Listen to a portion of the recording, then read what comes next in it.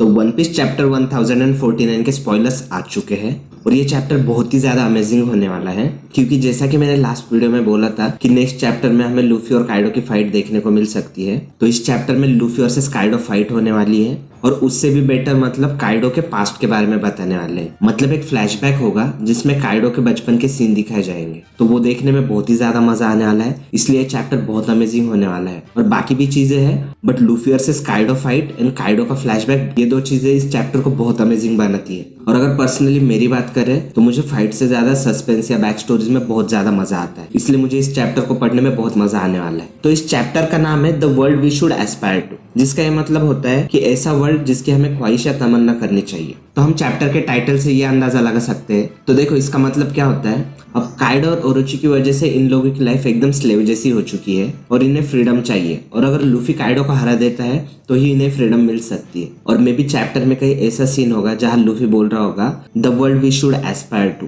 मतलब लूफी इन लोगों से कह रहा होगा कि तुम लोगों को भी फ्रीडम की ख्वाहिश रखनी चाहिए, तुम लोग भी फ्रीडम से जी सकते हो। तो मे बी इसलिए इस चैप्टर का नाम ऐसा दिया होगा। फिर हम कवर स्टोरी के बारे में देख सकते हैं, जिसमें बताया गया है कि समवन बर्न निजी एंड योंजी's बुक, मतलब निजी और योंजी जिस बुक में कैप्चर होते हैं ना, कोई उस बुक को जला देता है। अब ऑब्वियसली ये काम इचिजी और रेजू ने किया है, एंड आप लोग तो समझ ही गए होंगे कि उन लोगों ने ऐसा क्यों किया, जिस बुक में उनके भाई थे उसको क्यों जलाया। क्योंकि जैसा हमने होल के आर्क में देखा था कि जब लूफी और नामी भी ऐसे ही बुक में कैद होते हैं तो जिनबे उस बुक को जला देता है जिससे वो लोग फ्री हो जाते हैं। तो ऑब्वियसली रेजू और इचिजी ने उसी ट्रिक का यूज किया है। अब मुझे पर्सनली क्या लगता है पता है, ये काम इचिजी का होगा। आपको क्या लगता है, ये काम इचिजी ने किया है, रेजू ने किया है, या फिर किसी और ने ही किया है? मुझे कमेंट्स करके जरूर बताना। फिर हम काइडो का फ्लैशबैक देख सकते हैं, जिसमें बताया गया है कि we see his childhood in Vodka Kingdom and where a few years later he met Whitebeard who told him that Rocks want to meet him. मतलब काइडो का चाइल्डहुड वोडका किंगडम में गुजरा है।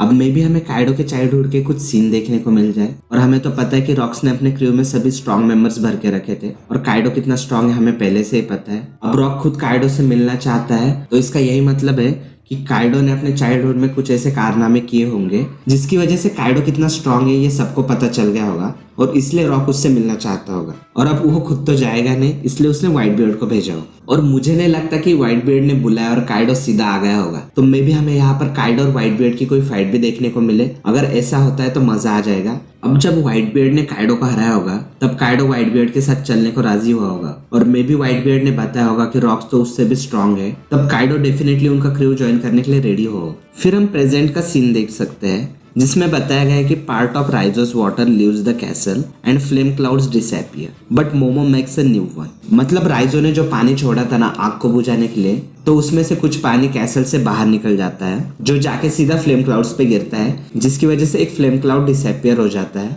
अब फ्लेम क्लाउड्स डिसअपियर होने के दो reasons हो सकते हैं, जिसमें से पहला तो ये है कि पानी फ्लेम क्लाउड से टकराता है जिसकी वजह से वो डिसअपियर हो जाते हैं, या फिर दूसरा रीजन ये हो सकता है कि फ्लेम क्लाउड्स काइडो के डेविल फ्रूट पावर से बने हैं, और हमें तो पता ही है कि सी वाटर डेविल फ्रूट पावर्स को नलिफाई कर देते हैं। और राइजो ने जुनिशा के नहाने का पानी लाया था, एंड ऑब्वियसली जुनिशा सी वाटर से नहाता है, तो सी वाटर की वजह से काइडो के डेविल फ्रूट की पावर्स यानी वो फ्लेम क्लाउड डिसअपियर हो गए। बट फ्लेम क्लाउड डिसअपियर होने से कोई नुकसान नहीं हुआ, क्योंकि मोमो फ्लेम क्लाउड्स क्रिएट करना सीख गया है। तो अब अगर सारे भी फ्लेम क्लाउड्स डिसअपियर हो जाते हैं तो भी कोई फर्क नहीं पड़ता, मोमो नए फ्लेम क्लाउड्स क्रिएट कर लेगा और ओनिगाशिमा को बिल्कुल भी गिरने नहीं देगा। तो ये चीज इंडिकेट करती है कि काइडो अब हार जाएगा और उसकी डिफीट नजदीक है। क्योंकि देखो पहले स्ट्रेस था कि अगर काइडो हार जाता है तो ओनिगाशिमा फ्लावर कैपिटल पे गिर जाएगा, बट अभी लूफी अगर काइडो को हरा भी देता है तो भी कोई नुकसान नहीं होगा, क्योंकि मोमो फ्लेम क्लाउड्स क्रिएट करना सीख गया है, तो वो ओनिगाशिमा को नहीं गिरने देगा। फिर हम लूफी को देख सकते हैं, जो कहता है कि he will create a world where none of his friends would starve, then he hits Kaido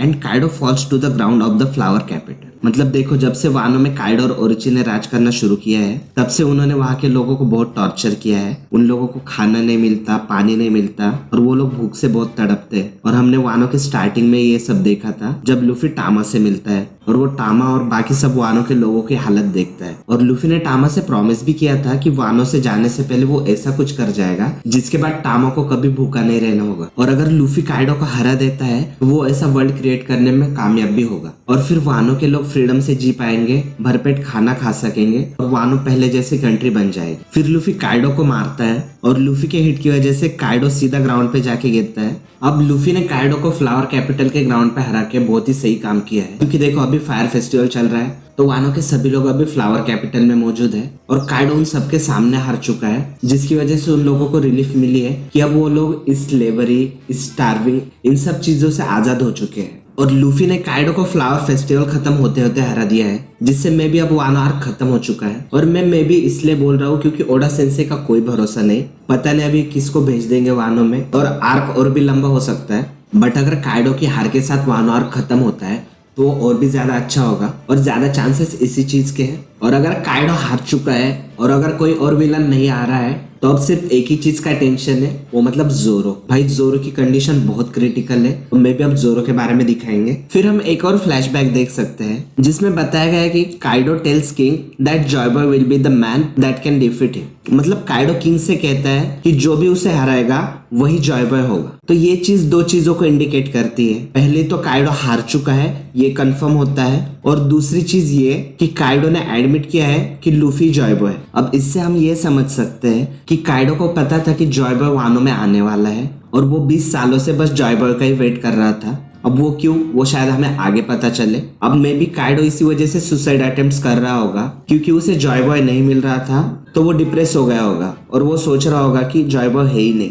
और इसलिए वो इतनी बार सुसाइड अटेम्प्ट कर रहा होगा। अब लूफी जॉय बॉय है ये तो हमें पहले से ही पता है, और लूफी का जो डेविल फ्रूट है ना वो उसे किस तरह से जॉय बॉय बनाता है वो तो आपको पता ही होगा। और अगर आपको पता नहीं है तो इसका मतलब ये है कि आपने ये वीडियो अभी तक नहीं देखा है, तो आप ये वीडियो यहाँ से जरूर देख सकते हैं।